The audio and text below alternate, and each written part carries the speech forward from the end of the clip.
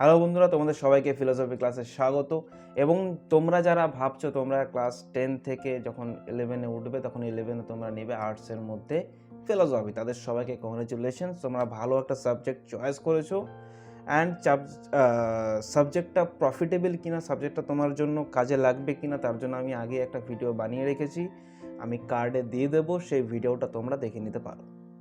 ঠিক আছে, তো আজকে আমরা স্টার্ট করব ইন্ট্রোডাকশন টু ফিলোসফি, মানে কি ফিলোসফির যে কনসেপ্ট, সেই কনসেপ্টটাকে নিয়ে আজকে আমরা আলোচনা করব। সেটা তোমাদের ফার্স্ট চ্যাপ্টার। আর হ্যাঁ, আরেকটা কথা বলে দিই, তোমাদের গ্রুপ এ হচ্ছে পাশ্চাত্য দর্শন আর গ্রুপ বি হচ্ছে ভারতীয় দর্শন। তো দুটোর মধ্যে কি থাকবে, এমসিকিউ আর থাকবে হচ্ছে এসিকিউ। তো এই জিনিসটা তোমাদের কিন্তু লক্ষ্য রাখতে হবে, ঠিক আছে? তো এখানে কিন্তু বড় এল এ কিউ এই তিনটা টার্ম আজকে আমরা শিখে রাখবো, কারণ আমাদের এতদিন রেডিউস সিলেবাস ছাড়া, কারণ তোমাদের এখন তো রেডিউস সিলেবাসে ক্লাস হবে না, আর রেডিউস সিলেবাস ছাড়া তোমাদের যে সিলেবাস আসতো সেটাতে কি 40 মার্কসের কি আসতো, এসিকিউ, এমসিকিউ, আর 40 মার্কসের আসতো হচ্ছে L A Q, long answer type question, মানে কি ব্রড কোশ্চেন, যেটা আমরা পড়ে এসেছি। ক্লিয়ার? তো আমরা ফার্স্টে দেখবো হচ্ছে পাশ্চাত্য দর্শন, তারপরে আস্তে আস্তে আমরা এগিয়ে যাবো যে ভারতীয় দর্শনের দিকে। পাশ্চাত্য দর্শন মানে কি তোমাদেরকে বলে দিই, যারা তোমরা আমার আগের ক্লাসটা ফলো করোনি, introduction to philosophy, same class আমি আগেও ছেড়েছি, সেটা তোমরা ফলো করতে পারো, কোনো সমস্যা নেই। পাশ্চাত্য দর্শন যেখানে ওয়েস্টার্ন কালচার, মানে কি পশ্চিমী সভ্যতার, পশ্চিমী দেশগুলির যে যারা ফিলোসফার ছিল, যারা মত দিয়েছেন ফিলোসফিতে, তারা সেটা নিয়ে আমরা যখন স্টাডি করব, সেটা হচ্ছে কি পাশ্চাত্য দর্শন, মানে কি পাশ্চাত্যে। আর ভারতীয় মানে কি ভারতীয় মধ্যে, মানে কি আমাদের ভারতে যে ঋষি মহাঋষি মুনি ঋষিরা মত দিয়েছেন, দর্শনটাকে অনুভব করেছেন, অ্যান্ড দর্শনের কিছু গ্রেট কনসেপ্ট যেটা দিয়ে টোটাল পৃথিবী চেঞ্জ হয়ে গেছে আজকে, সেই জিনিসগুলো কি হয়েছে ভারতীয় দর্শন থেকে উঠে এসছে। তো ভারতীয় দর্শন আমার মতে খুবই ইম্পর্ট্যান্ট একটা জিনিস। পশ্চিমী সভ্যতার মানে পাশ্চাত্য দেশের বাইরের, ইংল্যান্ড বলো, তারপরে হচ্ছে তোমার আমেরিকা বলো, বাইরের যে সমস্ত দেশে বড় বড় সায়েন্টিস্ট, বড় বড় ফিলোসফাররা হয়েছেন, তারা ইন্ডিয়াকে নিয়ে স্টাডি অবশ্যই করেছেন।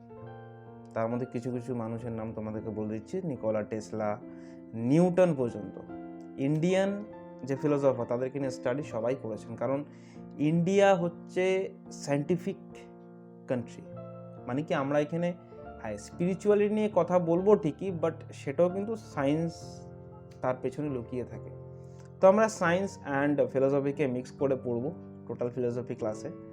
এতটুকু মনে রাখতে হবে, উইদাউট ফিলোসফি সায়েন্সও কিচ্ছু না, ঠিক আছে? তো সায়েন্স যদি ম্যাথমেটিক্যাল অপারেশনে চলে যাও, তাহলে ম্যাথমেটিক্যাল অপারেশনটা বাদ দিলে পরে বাকি যেটা থাকবে সব কিছু কনসেপ্ট, সেটা হচ্ছে কি ফিলোসফি, সেটা হচ্ছে ফিলোসফি। ক্লিয়ার?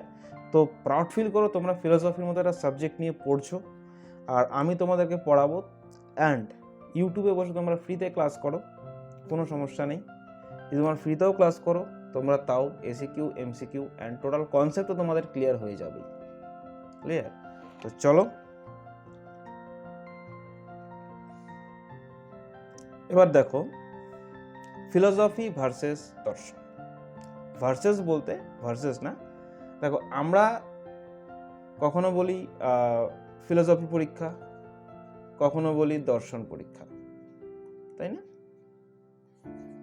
কিন্তু আমাদেরকে জেনে রাখতে হবে যে এই দুটো, ফিলোসফি অ্যান্ড দর্শন, এক নয়। ইয়েস, এক নয়, দুটোর অর্থটা আলাদা। কিরকম আলাদা দেখো, এখানে দেখো যে ফিলোসফি গ্রিক শব্দ ফিলোস থেকে এসছে। ফিলোস মানে কি লাভ, অনুরাগ। সোফিয়া কোথা থেকে এসছে?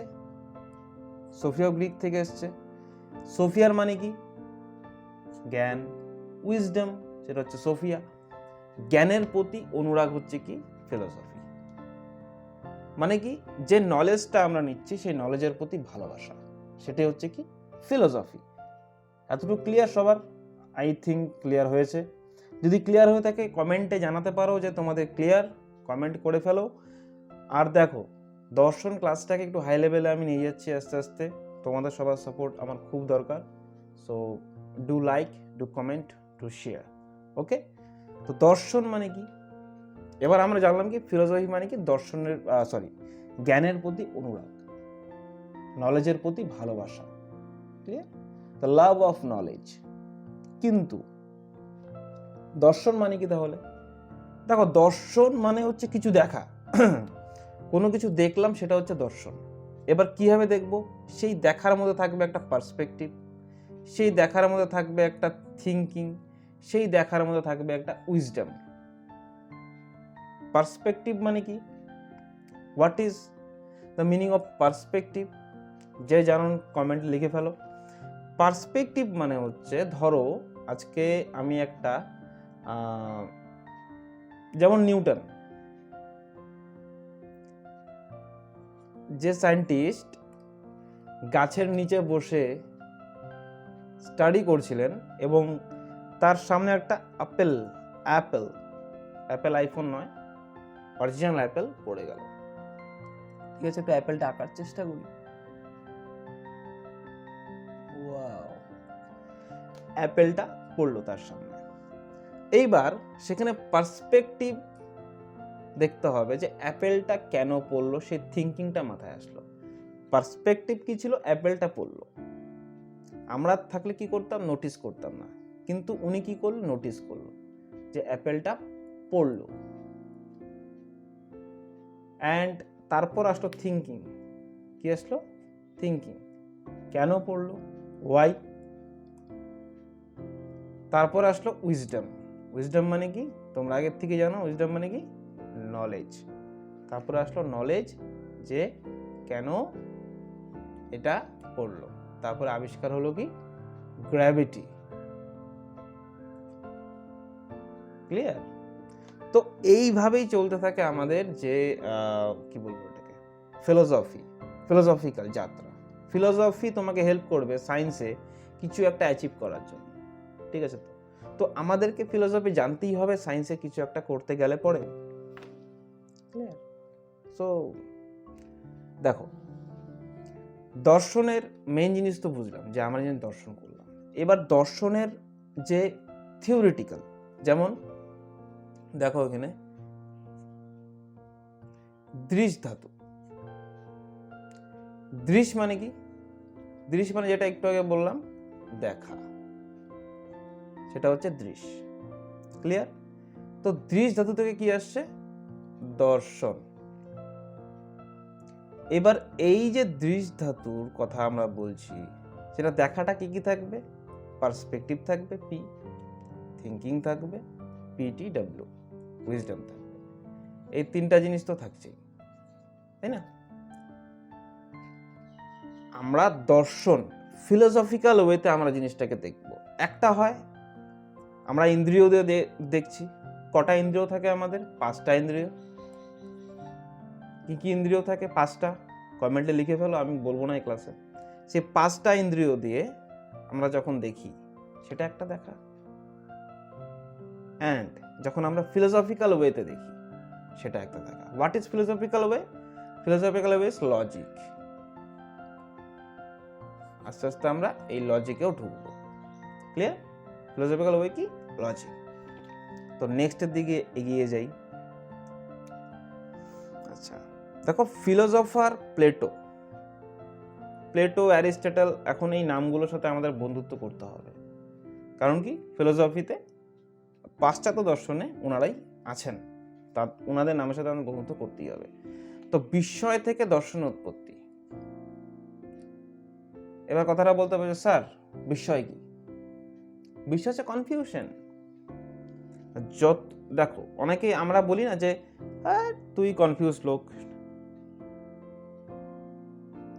কনফিউজ হওয়াটা হচ্ছে তোমার জন্য ভালো লক্ষণ। কারণ তুমি যদি কনফিউজড না থাকো, তুমি যদি কনফিউজ না হও, তাহলে তোমার মধ্যে দর্শন হবে না, ফিলোসফি হবে না। একটা বাচ্চা একটা বাচ্চা, একটা বেবি, বেবি অলওয়েজ কি থাকে? বেবি অলওয়েজ থাকে হচ্ছে কনফিউজ, ওই জন্য সবকিছু জানে। এত কোশ্চেনিং করে তোমার মাথা খারাপ হয়ে যাবে। তোমাদের আশেপাশের বা তোমার নিজের ভাইও যদি থাকে, সেই বাচ্চাগুলোকে তুমি দেখো, এত কোশ্চেনিং করবে, এত, তোমার নিজেরই মাথা খারাপ হয়ে যাবে। এটা কি, ওটা কি, এটা কিভাবে হয়, বাবা ওটা কি, এটা কি, দাদা ওটা কি, কাকা এটা কি, তো কোশ্চেনিং করতে থাকে ওরা। তার জন্য কি হয়, ছোটবেলায় আমরা যারা শিখে এসেছি সেটাকে আমরা ভুলি কম। যেরকম A for apple, B for ball, এই কথাগুলিকে আমরা ভুলি কম। কারণ কি, এখানে কি হয়েছে, একটা কিউরিসিটি ছিল। এ মানে কি, এ ফর আমরা কি দিলাম, অ্যাপেল। তো অ্যাপেলের যে ইমেজ,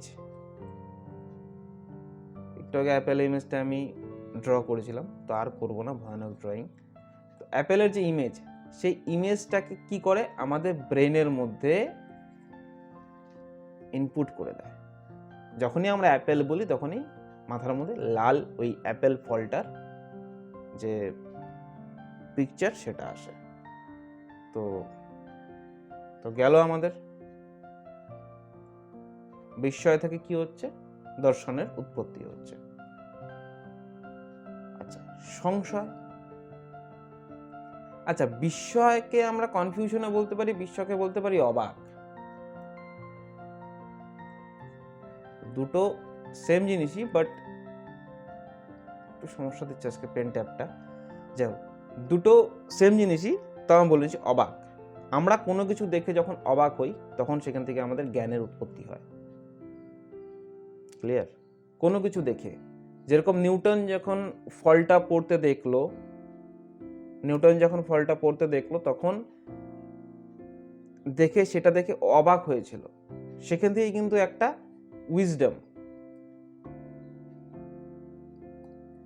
উইজডমের জন্ম। ক্লিয়ার? সংশয় কি? সংশয় হচ্ছে যেটা একটু আগে বললাম, পিওর কনফিউশন। সংশয় কি? Pure confusion. আচ্ছা, উপযোগিতা বোধ কি? আচ্ছা, কনফিউশন নিয়ে একটু আগে কথা বললাম যে তোমার কনফিউজড বাচ্চা। ক্লিয়ার? বিস্ময় কনফিউজড, বিস্ময় হচ্ছে সবকিছু দেখে কনফিউজড, এটা কি। সংশয় পিওর কনফিউশন, মানে কি, কোনো কিছু একটা জিনিস আমি জানি, ধরো এই কাপ সম্বন্ধে I know what is cup সম্বন্ধে আমি জানি, কিন্তু কাপটাকে দেখে অবজার্ভ করে একটা নতুন কিছু আবিষ্কার করলাম। কাপটাকে জানি, তাও এটার প্রতি আমি সন্দেহ করলাম, সেটা হচ্ছে সংশয়। ক্লিয়ার? যে ধরো একটা মানুষকে জানি, এই মানুষটাকে আমি জানি, কিন্তু তাও তার প্রতি কি করলাম, সন্দেহ, সেটাকে আমরা বলবো হচ্ছে সংশয়। ক্লিয়ার? সংশয়টা কি? এইবার দেখো উপযোগিতা বোধ কি, যে কি দরকার আমার লাইফে এই জিনিসটা, এই কনসেপ্টটা, সেই কনসেপ্টটা থেকে আসে আমাদের উপযোগিতা বোধ। আবার বলি, ধরো একটা জিনিস আমি ইনভেন্ট করলাম, তো ইনভেন্ট করার পর আমাকে দেখতে হবে যে সেই ইনভেনশনটা আমার লাইফে কি কাজে লাগবে, সেটা হচ্ছে উপযোগিতা বোধ। বা ধরো কোনো কিছু দরকার,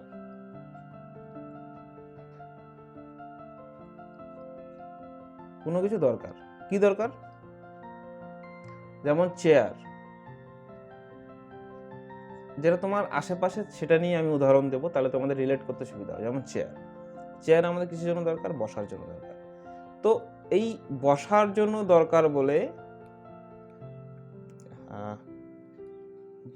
দরকার বলে কিন্তু চেয়ারটা আমরা ইনভেন্ট করেছি, অ্যান্ড সেই চেয়ারে একটা উপযোগিতা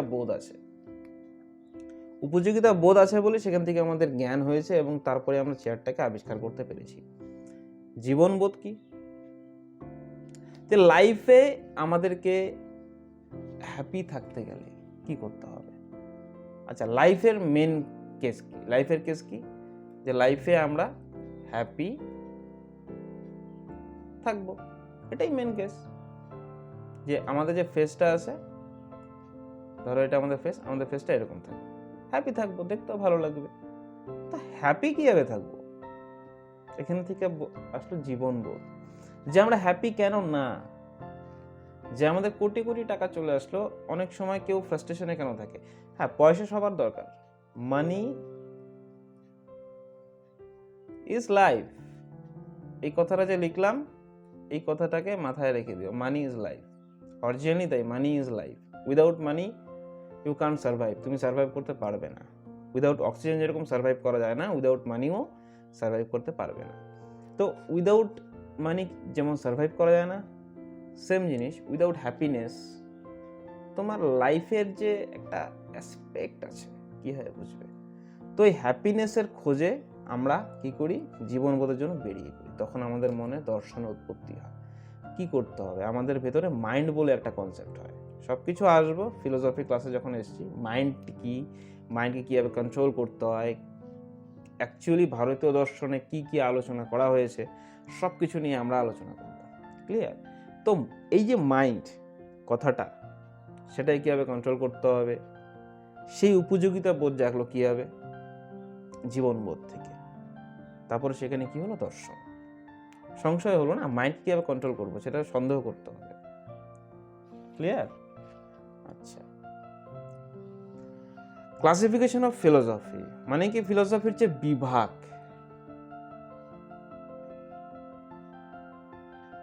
বিভাগ কি কি বিভাগ আছে? এপিস্টেমোলজি, জ্ঞানবিদ্যা, যেখানে জ্ঞান বিষয়ক জিনিস নিয়ে আলোচনা করি, জ্ঞান বিষয়ক কোনো কথা নিয়ে আমরা আলোচনা করি, সেটা হচ্ছে এপিস্টেমোলজি।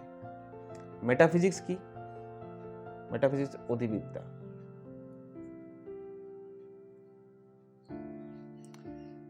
হোয়াট ইজ অধিবিদ্যা? অধিবিদ্যা হচ্ছে কোনো বলতে পারো যে ফিজিওলজি, মানে কি আমরা যে ফিজিক্যাল যে নেচারটা আমাদের, সেই ফিজিক্যাল নেচারের থেকেও পরে গিয়ে যে আলোচনাটা হয় সেটা হচ্ছে, যেরকম আমাকে দেখছো ফিজিক্যালি, আমার থেকে পরে গিয়ে যে আলোচনাটা তোমরা করবে, যে স্যারের আত্মা, স্যারের মন, এইসব অতীন্দ্রিয় সত্তা নিয়ে যখন আমরা আলোচনা করি, তখন সেটাই কি বলবো আমরা? মেটাফিজিক্স। এথিক্স কি? এথিক্স হচ্ছে নীতিবিদ্যা। আমাদের মোরাল কি? Moral. What is moral? Moral মানে আমাদের নীতি কি, আমরা কি। দেখো, আজকে লোক 500 টাকার জন্য বিক্রি হয়ে যায়। এই 500 টাকার জন্য লোক বিক্রি হয়ে যাচ্ছে। 500 টাকা দিয়ে তুমি যে কোনো অনৈতিক কাজ তুমি করাতে পারো আজকালকার লোকদের দিয়ে, শুধুমাত্র 500 টাকা। 5 লাখ টাকাও না, 5 লাখও না। তো এই জিনিসটা হচ্ছে নীতি, যে আমার যদি নীতি ঠিক থাকে, কেউ যদি আমাকে 5 লাখ টাকাও দেয়, তাও আমি সেই অনৈতিক কাজটা করব না।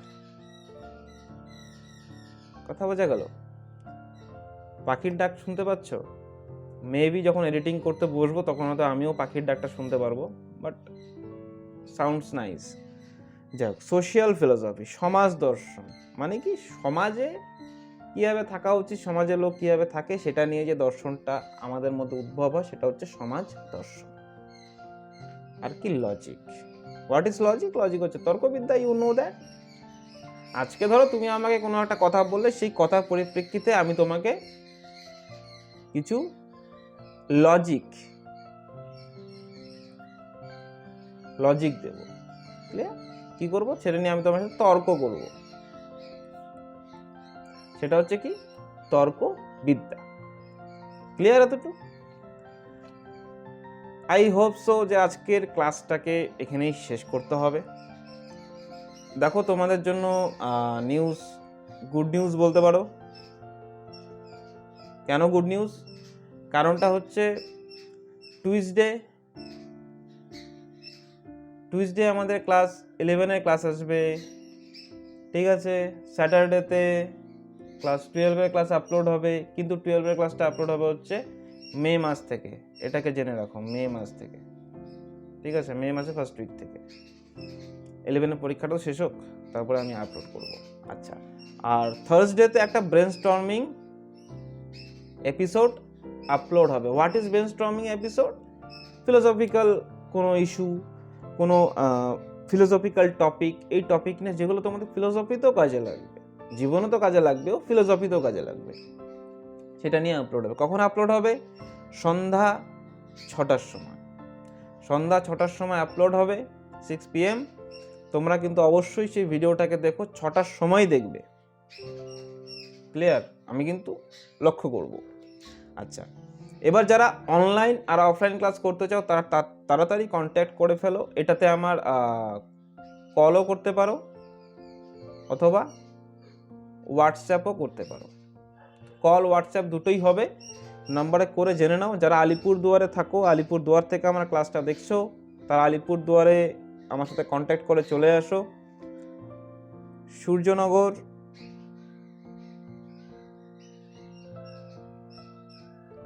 সূর্যনগরে একটা ব্যাচ করেছি, সেটাতে চলে আসো, ঠিক আছে? তোমরা কন্ট্যাক্ট করলেই জানতে পারবে, ক্লিয়ার? সো তোমাদের সবাইকে ধন্যবাদ ক্লাসে থাকার জন্য। তো ভালো থাকো, সুস্থ থাকো, আর আমার সাথে এভাবেই ক্লাসে উপস্থিত থাকো। Thank you.